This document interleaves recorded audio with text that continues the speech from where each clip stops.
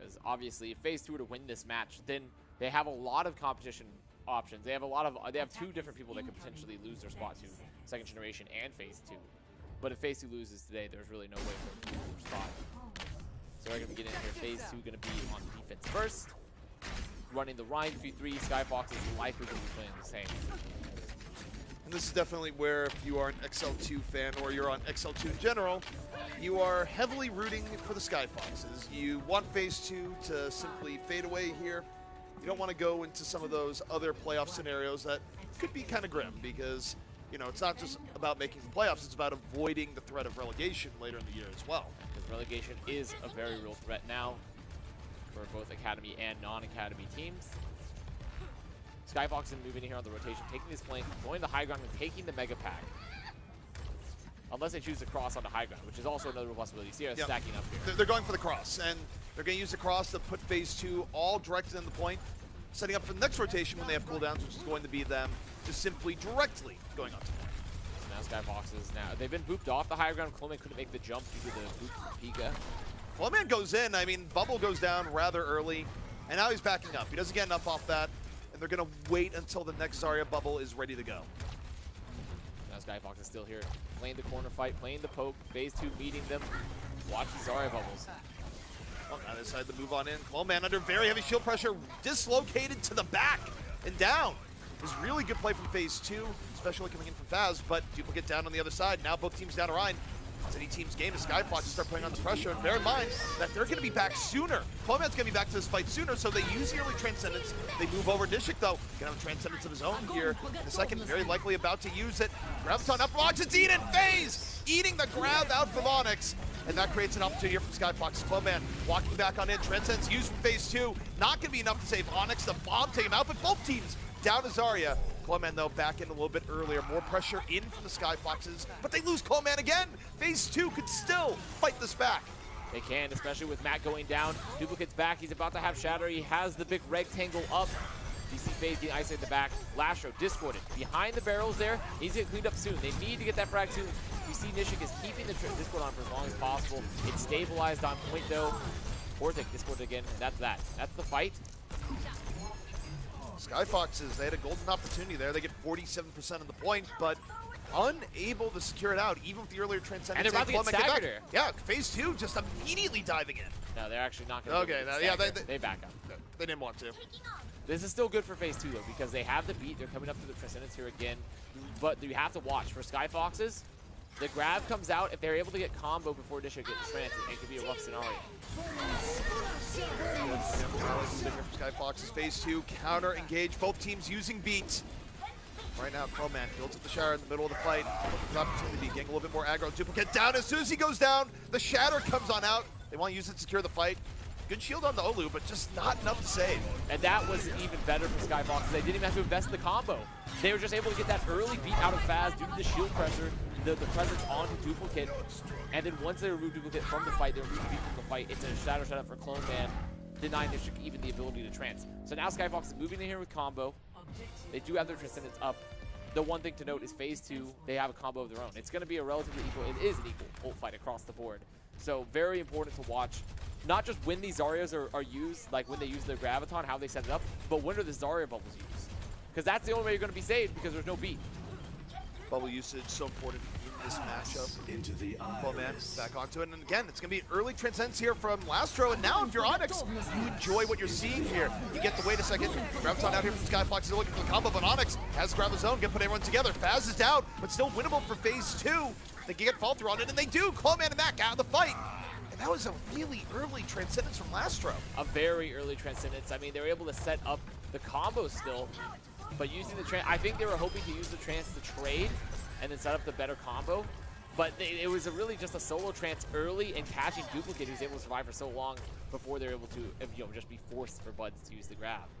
There's no better scenario for Zarya than seeing that the other Zen has used Transcendence while you still have a grab.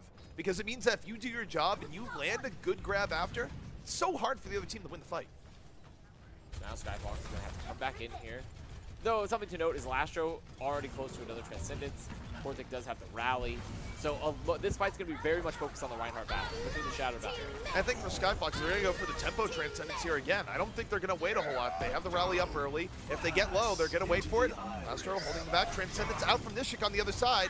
Cloman looking for the Shatter. Going to be knocking down Olu. Olu in danger. Olu going to fall. Cloman finishes off. And now Astro uses the Transcendence on the other side. Going to be keeping Skyfoxes very much in the fight. And this is looking like a pretty decent point B take here for the Foxes. And there are no ults currently available for phase 2. They're going to be in complete stagger mode. And that was a great early flank from Porthic. Uses the rally to actually take the high ground and move up behind Duplicate, getting the bash, just getting a lot of early damage out. And then also the isolation we saw from Clone Shatter. We saw that isolation onto Olu. So just a much better engage for Skyfoxes. So now we're going to be flipping sides here. Skyfoxes in a very, very good spot. And think about what this means for phase 2 as well, where, again, you have to bear in mind conditions for winning the series as a whole. Phase 2, not only do they need to get 2 points on the board, but they need to do it with at least 1 second left on the clock. Because if they end up taking point B, but it's in overtime, what's going to happen is that the best they could do would be a draw, and that just means series over, and also, very likely, season over. So phase 2, under more pressure than most offenses usually are here in Volskaya. So now we're going to be seeing phase 2 rolling out on the offense. They do have that condition, that win condition burned into their brains. It should be, at least, as you talked about, ZP. They need to be getting at least that 1 second left on the clock. They want to cap an OT. Rolling out here on the 3-3, probably another 3-3 mirror matchup. Both teams don't seem too, don't seem too inclined to be swapping right now. Skyfoxes look like they're going to run a lot more Bud Sombra, but has felt more comfortable as the series went on. You know, we say they have to be aware of those conditions. So you think the recent matches like Guangzhou being on Eichenwald, and they completely forgot that they need to contest and not go for the draws. So sometimes even for the best of teams, or teams that are in the Overwatch League, they can forget that aspect of here, especially on Assault, where it's even more relevant than Hybrid. Yeah, it is sometimes. You can forget that in the heat of the moment. Obviously, it would not be ideal. In phase 2, I talk about, neither team being that flexible right now, that variable, and now phase 2 all on triple DPS. So they are going to make the triple DPS swap. It's a very common swap here for the Volskaya first. You're able to play the poke damage for a very, very long time, try to set up that barrage, set up that Sombra EMP. And I really do like Pharah openings here on Volskaya first. I mean, you do pay a penalty when you go for point B after, no doubt, in most circumstances, but it gives you a whole lot of control early on because Skyfoxes, all they can do right now is hide and wait for an opportunity to try and dive someone beefier on the ground. It means that they're going to be giving up ticks for free in all likelihood, and there's tick number 1 going to the wayside right now. Tick already down, though, however, it is going to be the EMP out, or not the EMP out, but the EMP being built, but Nishik down. Really, really huge. Phase 2 having to back up here. Olu trying to get some late poke in the fight, continue to poke away. Skyfox is still holding on. Pika is 70% to the EMP. So 70% to the EMP after 1 minute, not too bad for building. He has to be calling the support position right now for Skyfoxes. If phase 2 no one supports her out, Duplicate just rolls on in as Pika does most of the heavy lifting there. Duplicate came in for the assist, but that was fantastic for Pika. Skyfoxes down 2 supports. This should be a very easy first point take for phase 2 now. They just need to play slow. They can just play slow. They can slowly get rid of Cloman's barrier right now. Cap point. Phase 2, neither supports are there. They have almost zero is healing. Off on his own right now. This is not where you want to be. But they don't want to split. They need to be getting a focus target. They need to be committing on it. Onyx dropping the Hanzo up there. There's the Dragon Strike. Can they get anything off it? Not so far. Well, the interesting thing, Skyfox have been in delay for a while here. They're going to have the self-destruct here on the point. It's forcing phase 2 back. Phase 2 is letting go a golden opportunity. They have to use the EMP here. And the really tragic thing about that for phase 2 is that they shouldn't have needed to use the EMP. They should have been able to use it to snowball in the point B, but they're not decisive enough after taking down those supports, and as a result, they have to overcommit. They do have to overcommit, but they're going to try to use it moving in here into second. I think they're close to the mines. They have the Transcendence. They have the Barrage. And FaZe doesn't have bomb. FaZe did commit the bomb. But I think that's a minor inconvenience, really, since the grab for Buds, the rally, the doubles and portal, they have a lot of ults here in the bank for Skyfox. So Pika just really needs to get an EMP. Build another. Well, let's see if we can build another. Meanwhile, though, I don't think they're going to wait for it. We are all going to wait for it now because it is a pause. Pause is going to be out. Who knows what the reason could be. I don't know. It wasn't super clear. I mean, my guess would be is that someone on Skyfoxes might have gotten DC'd, but we will find out in a moment. We will find out. And, you know, we should go back to, that was a great setup from Pika on the Sombra on first. You see he's looking for the scout. He's watching his support. It's a really odd place to be for the supports, I will say. I didn't really understand the point of Mac and Lastro being close to the edge on the right flank rather than playing on the Mega Pack, which is a much more traditional setup. A very, very odd place for them to be. Easy to get caught out, which is exactly what happens. He calls the dive, and they're able to get it perfectly with the duplicate on the Hammond. Yeah, I mean, the problem there is that the other team, what are they running? They're running Sombra, who can be anywhere at any time. I mean, it's one of the key facets of the hero. And also, I mean, Hammond, if he wants to go to an area of the map, you're not really going to be able to stop him. So it was really good coordination between the two where, you know, Pika obviously scouts out and says, hey, would you like to roll over here? We got 2 free kills. They end up getting it. But then after they get that, they're very sluggish at moving in, where Clowman, of course, is just hiding back in the building, and they didn't feel comfortable pushing it. Yeah, they definitely should feel a lot more comfortable once the Zen is gone, because there is no Discord orb, and there's less sustain anyways, so it's a lot harder for the opposing team. I mean, they get the fight win in the end, right? But they do have to, it takes so long they have to commit the EMP, and they have to commit some other ults. So, and they could have taken it a lot faster and moved in with the EMP. So definitely some hesitation there, but still a good fight win, and Pika was really instrumental there with setting up the dive along with Duplicate. So the real question is, we move back from first, as long as no one is DC'd and lost ult, is can they get an EMP? Because it's tough to set up a barrage properly without a hack or without an EMP, because combined with Zarya Bubbles, with the Diva Matrix, obviously, Pharah is just, when you press Q, it's a lot like old Deadeye, where it's just a come kill me button. I mean, arguably more so than Deadeye at times. And here's the problem, though, is that even though we can say until we're blue in the face that, hey, they should wait off, hey, they shouldn't use a barrage here early, more often than not, we'll still see a Pharah think that I have a good opportunity here, I'm going to go for it, I don't want to wait the extra 70% or so for EMP. It happens more often than not where, you know, again, we can go in here and say, it's like, wait, maybe wait for it, the higher percentage combo. Teams get caught up in the moment, they think that they can take a fight, and then what happens? You barrage, you die, and then you swap 3-3 and you're behind. Yeah, it's really the classic. It's the 3-3, it's the triple DPS classic where you just use one ult. That's because your ults, except for maybe Dragon Strike, are completely dependent on each other. You know, the barrage EMP setup is such a strong one, but they have to be together.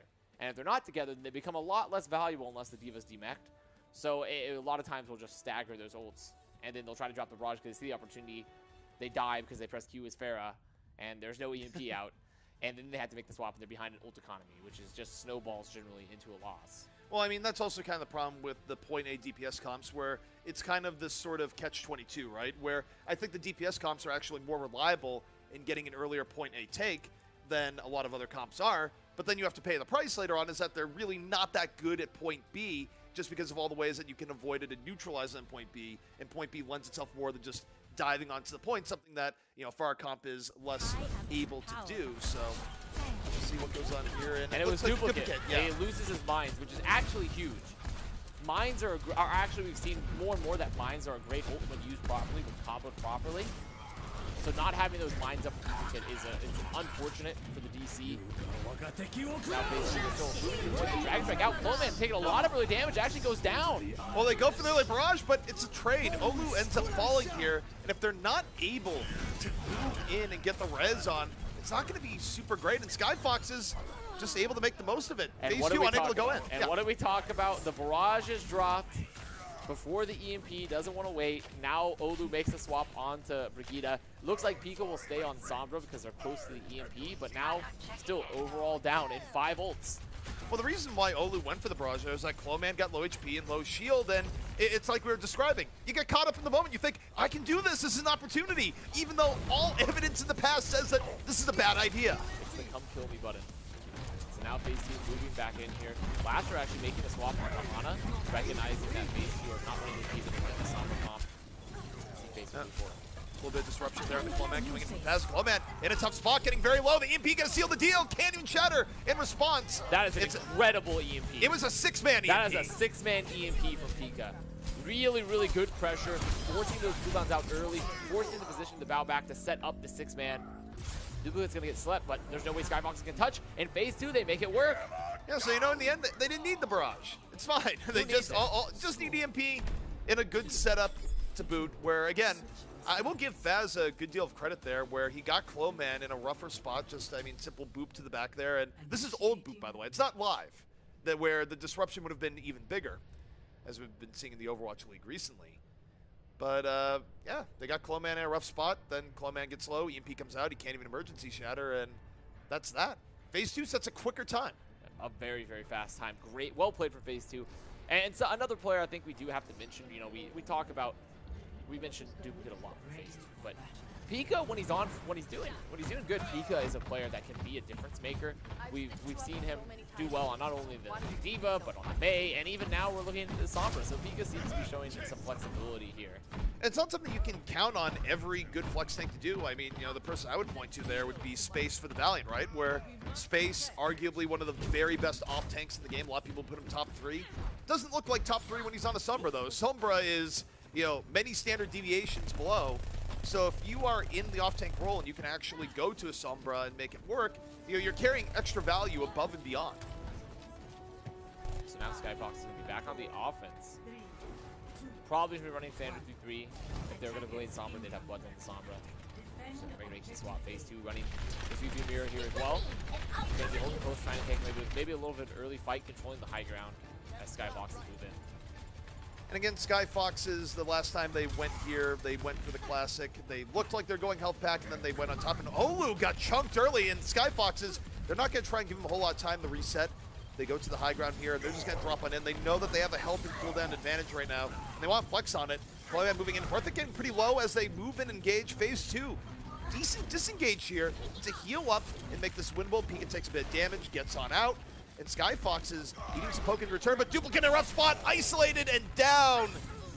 The pressure from Skyfox a little bit too much, and now it's Budge charged up and ready to go. And FaZe did too much.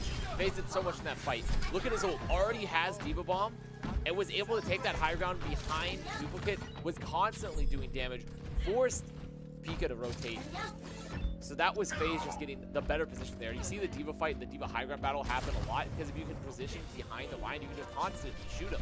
You can just do so much. You can also control it there.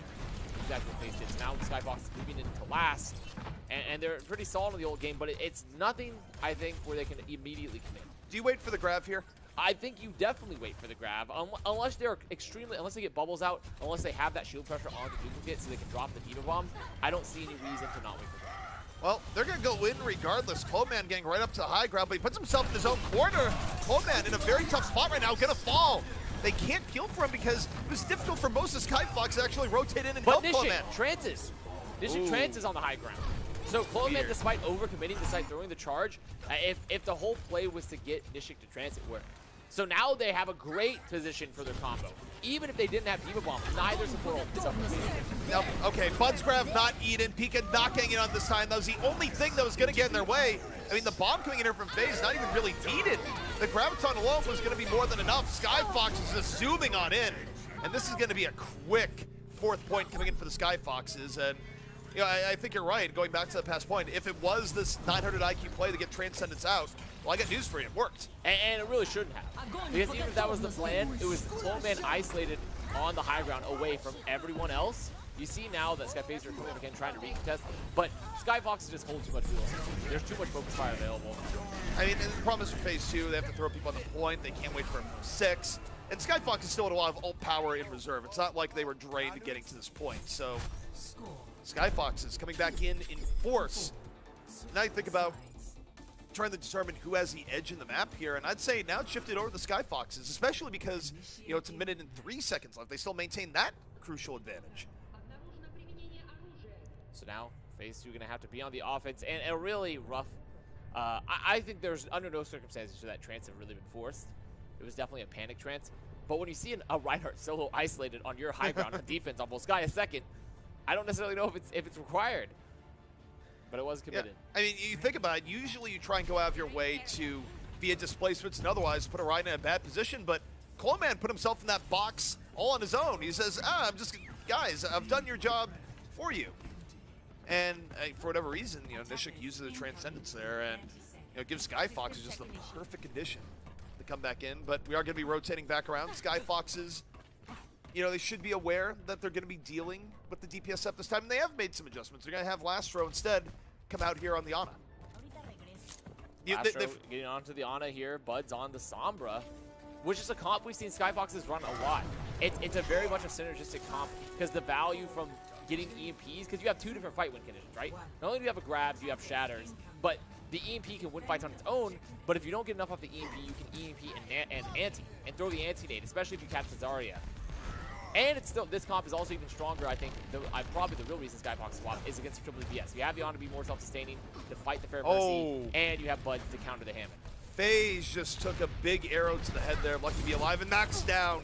In all the disruption, Skyfox is unable to get away. It's a super quick strike coming out from FaZe 2.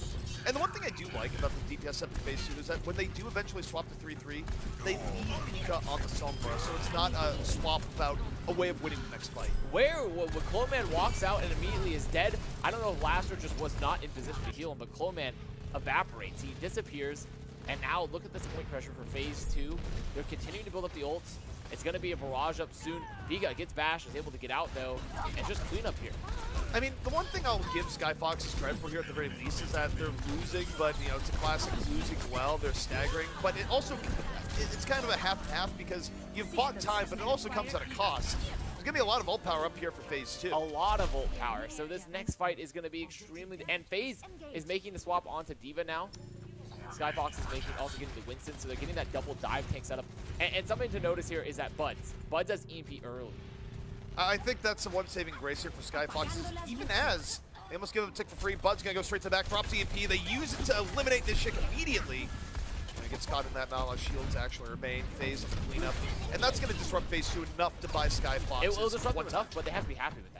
I think they can be very happy with that scenario. They didn't use any ults in that fight. They're coming back in. They're getting close to their own EMP. And Skyfoxes has no defensive ults. Zero. This, I would not be surprised to see Lastro once again use the Nano as not only a defensive tool, or maybe just have it on, put it onto FaZe or Cloman and try to hunt the Fair Mercy. I really feel like Bud should have swapped off Sombra here just because of how intense this next fight is going to be and the fact that he's not going to have EMP up for it. I think this is one case where you read the ult tracking and you swap. Here comes the Storm off for the way. Nishik, forced to use Transcendence early, was pressured out of it. It's definitely a nice turnabout here for Skyfoxes. Now the barrage coming in over the top. Nishik down on the other side. The barrage not doing anything. It just sends Olu back to spawn.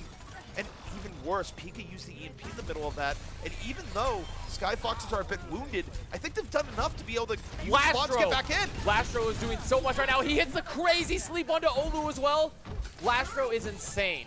The barrage comes out. It could have been a lot worse. Lastro gets the sleep onto Olu while he's barraging. Lastro flanks, gets the frag onto Faz while he's rezzing, and then sleeps Olu again.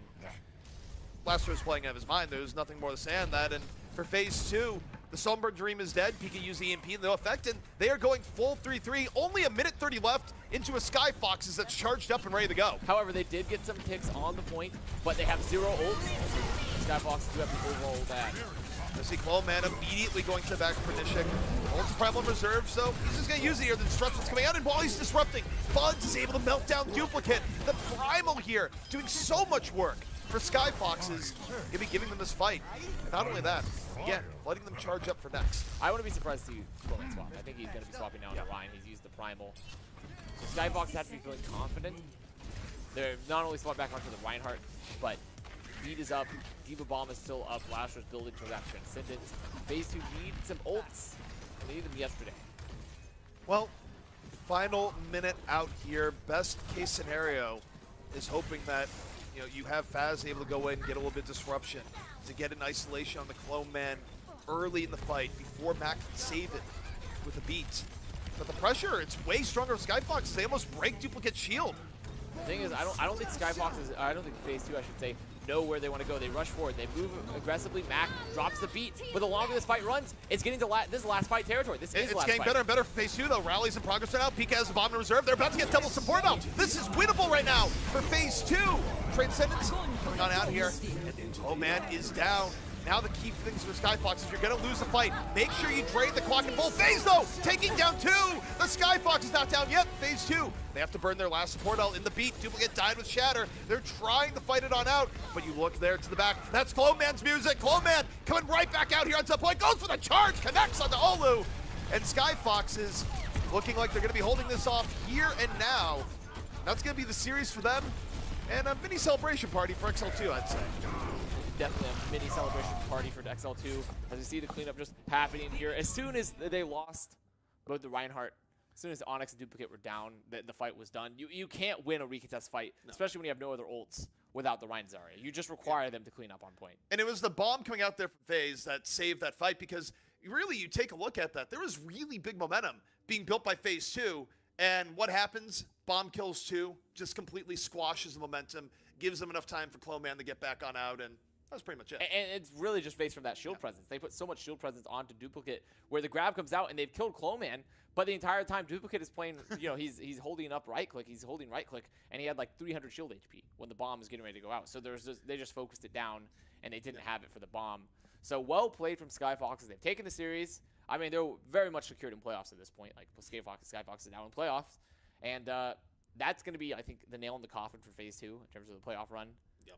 It seems even if they get one win now at the last week, it's still just going to be impossible for them to take the 16th spot.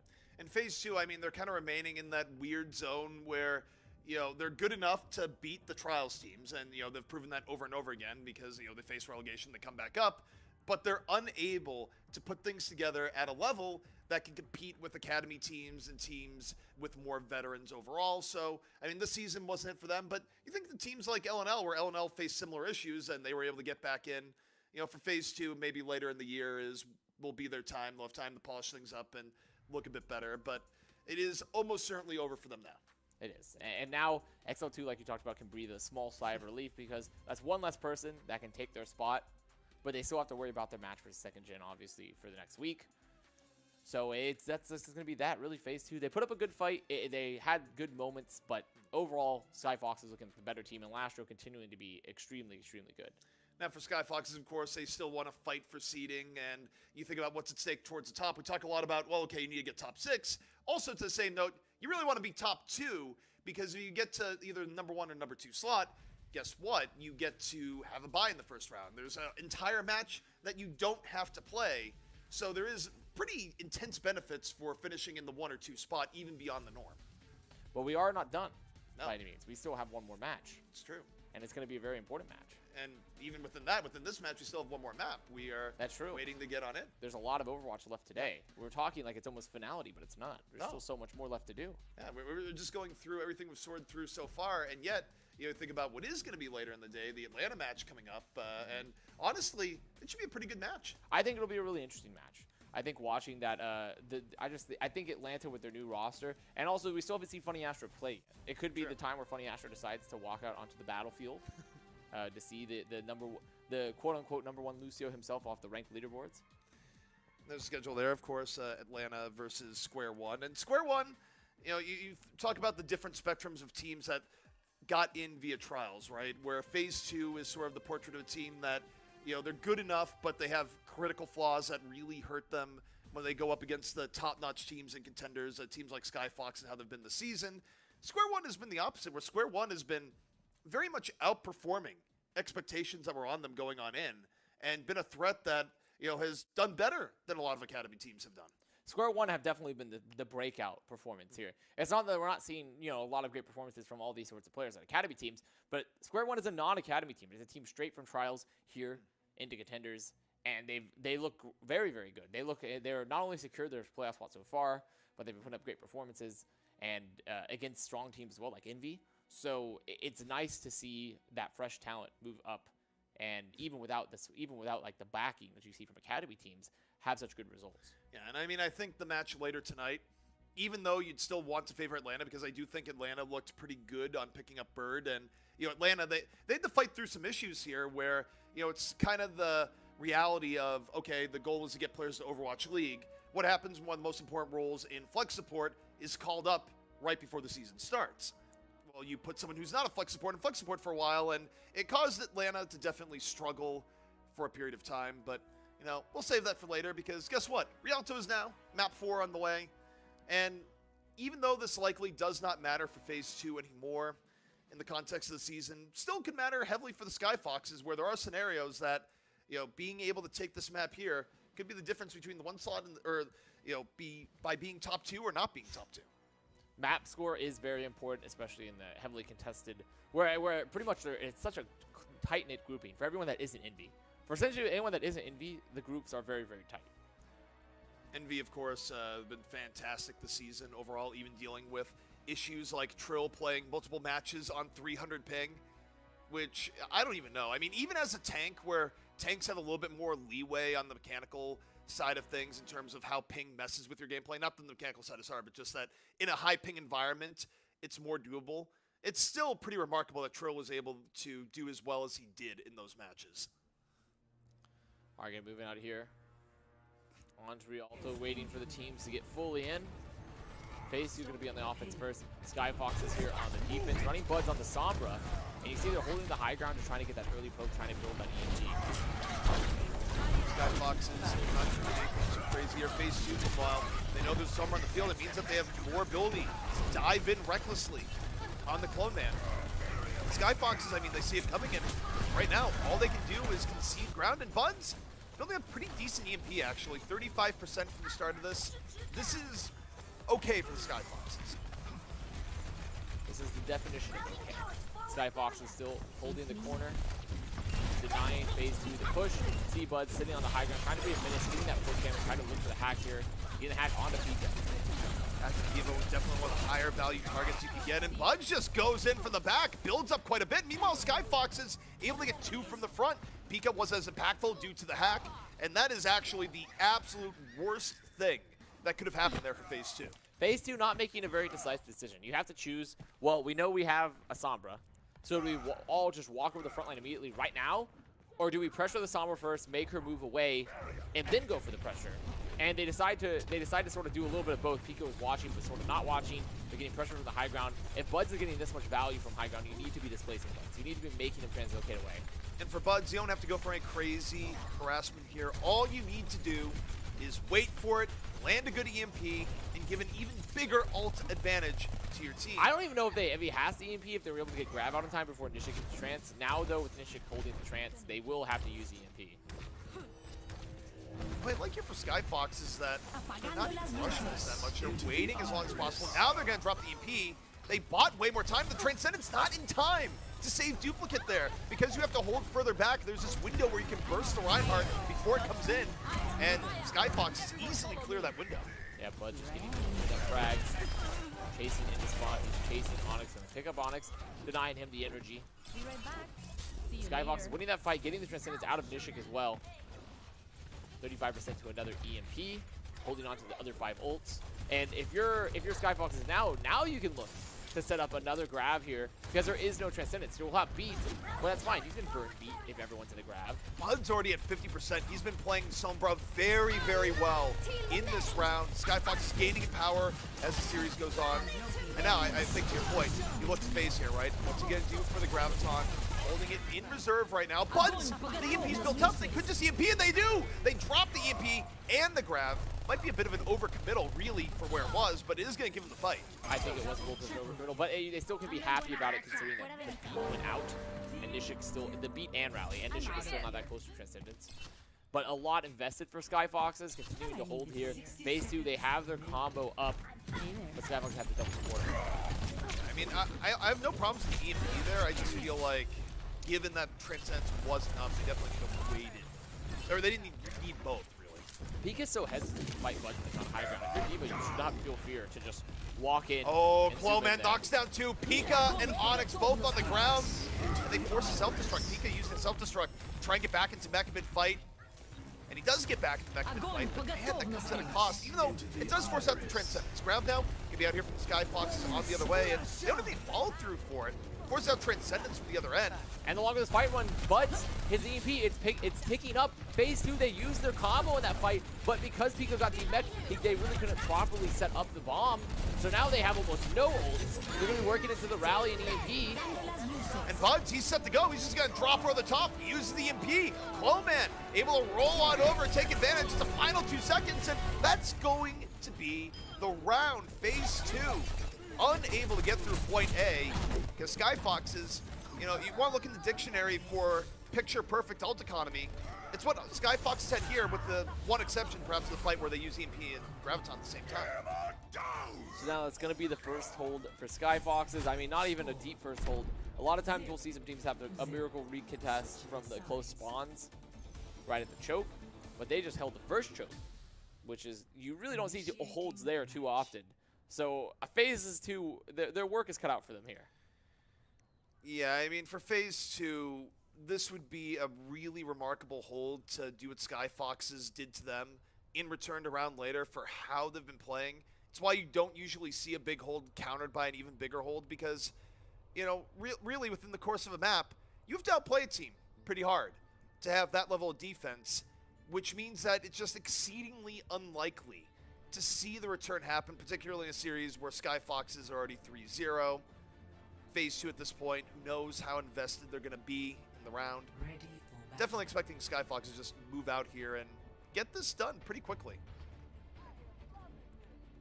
So Skyfox is going to be on the offense, running the composition that's been a bread and butter for them.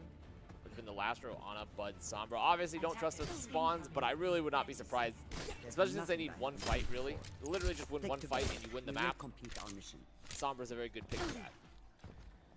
Yeah, I think it's unlikely that they deviate too much from this. And also, I mean, to your point, Sombra, one fight, win the map. It's very simple. This is the type of situation that a Sombra excels in, even if your Sombra wasn't playing well, where Buds has very much stepped up. That was a great Sombra round. That was a great Sombra round, sort of, but I think it was exacerbated by the fact that PK just wasn't challenging enough. If the Sombra's getting that much value, you can ignore Sombras that aren't doing great, but you can't ignore Sombras that are getting tons of value. You need to see the team to fight them. So phase 2, gonna be holding a little bit further up here, and Buds gets Faz down with the assist from Lastro. That was on a DPS, making the Sombra finish that much better. And that is a very tough start here for phase 2. And Buds is just so aggressive, gets the hacker on the Pika, translocates onto high ground, Lastro with sleep. But Horthic off the map for the Pika move, Duplicate also taking Coleman down. So it's not over yet. It's a decent fight back here for phase 2. I mean, the only problem they're going to be running into, still a long run back, and yeah, Skyfoxes have much closer spawns, and Buds just going crazy into the back. And he has EMP. He has EMP. This is the last fight territory here for phase 2. They're probably going to be able to recontest it barely, and Buds is going to drop the EMP. Once he's Buds, hang on to EMP, drops it right in the middle. Duplicate Nishik immediately down, and that's going to be it. Box victory right there. No one left for phase 2 to contest. That's going to finish out the clean 4-0 here for Skyfoxes, where, you know, Skyfoxes really gaining in power as the series went on. Even if it was a little bit sloppy in the beginning, definitely looking better and better towards the end. So that's Skyfoxes with the 4-0. Phase 2, they're done. They're done. You know, we can lay them to rest for playoffs. They put up a good fight, though. I think they had moments of brilliance, like we talked about. It's just Skyfoxes, their individual talent and their roster so far is just very strong right now. Yeah, and I mean, going into it, of course, this has been a redemption season for the Skyfoxes. I think they fixed a lot of their errors from last season in terms of the management side of things. You know, they realized, okay, 6 players actually the way to go, not 452, however many it may have been. And honestly, they're playing compositions that make sense. They're not doing things that are out of their specialty, and all in all, they are well set to look to the playoffs. Definitely well set. I think I can feel confident in Skyfoxes moving forward, especially when you have players like Lastro and their coordination with the Sombra Ana comp. I feel like they have that composition very much in their pocket. So you can feel confident about watching Skyfoxes move forward here into playoffs.